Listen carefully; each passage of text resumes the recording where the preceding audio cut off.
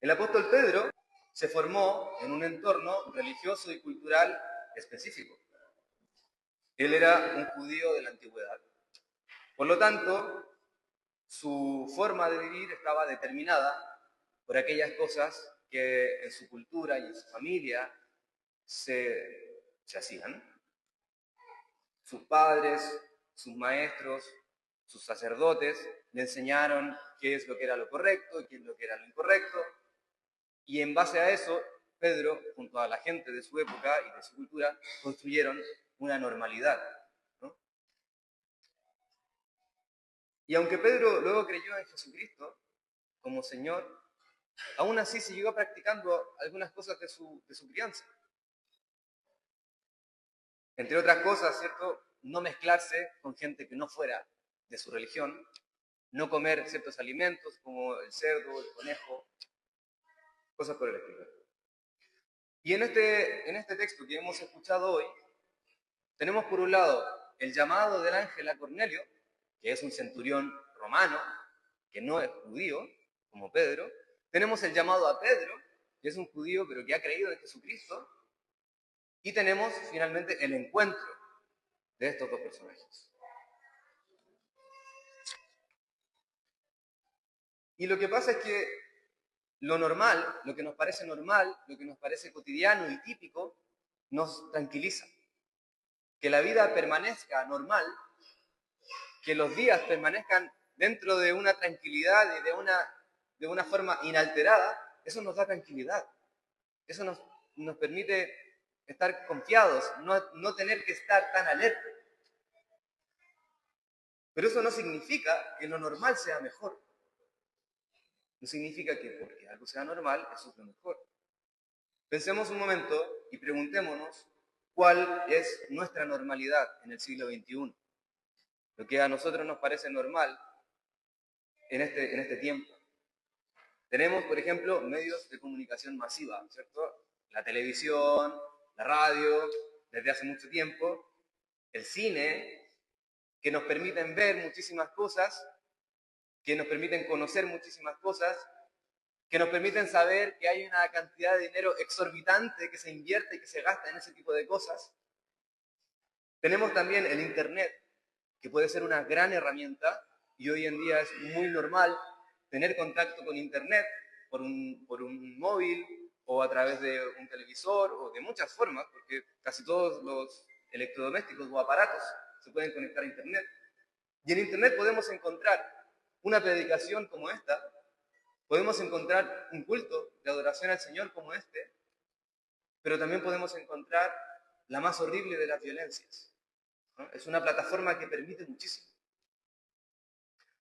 Y otra cosa propia de nuestra normalidad del siglo XXI es un individualismo recalcitrante, ¿no?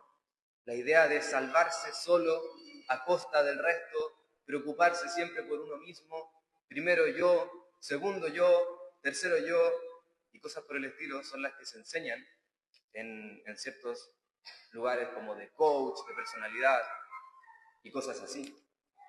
Y esa es nuestra normalidad. Pedro tenía la suya. El apóstol Pedro tenía una normalidad que consistía, entre otras cosas, en no juntarse con gente que no era como él. Parece que todavía queda un poco de eso en nuestro tiempo, ¿no? Tratamos de juntarnos con los que son como nosotros, en la gente que es como uno. Pero el apóstol, particularmente el apóstol Pedro y los apóstoles del Señor, cargaban con un gran peso. Y ese peso era el deber de anunciar lo que ellos habían recibido, el Evangelio del perdón de los pecados. Tú y yo, si hemos creído también en Cristo, entonces has sido perdonado, has sido perdonado. Y por lo tanto, también tenemos esta carga y este llamado a anunciar ese perdón y ese Evangelio del Señor Jesucristo para otros. Al igual que Pedro, estando dentro de esta normalidad a la que nos tocó en el siglo XXI y en los lugares donde hayamos nacido y estemos ahora, tenemos la misma carga. que es anunciar el Evangelio a quienes lo necesitan.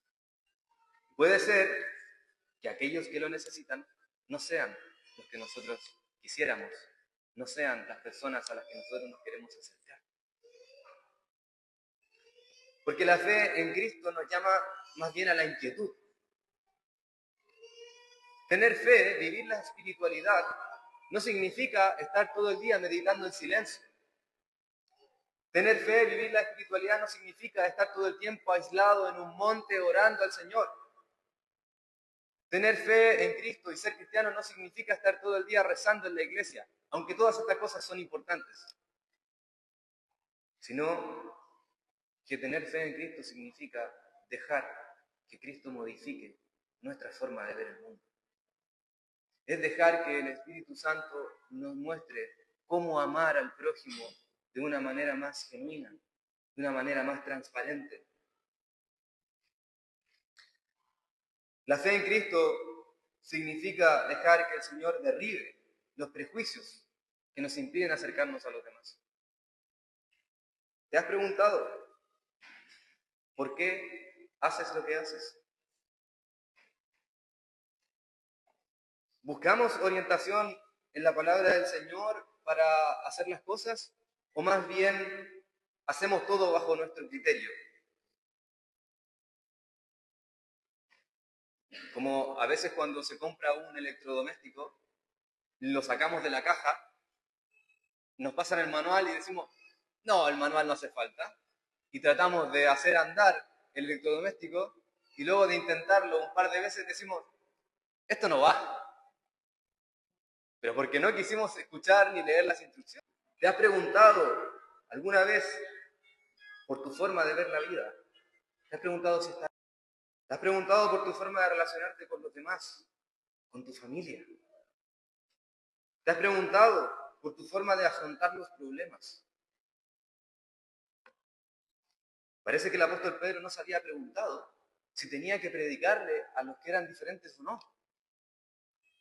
Al parecer el apóstol Pedro no se había preguntado si tenía que juntarse o no con aquellos que le enseñaron a no juntarse. Pero resulta que justamente eso que no se estaba preguntando fue aquello que lo envió el Señor.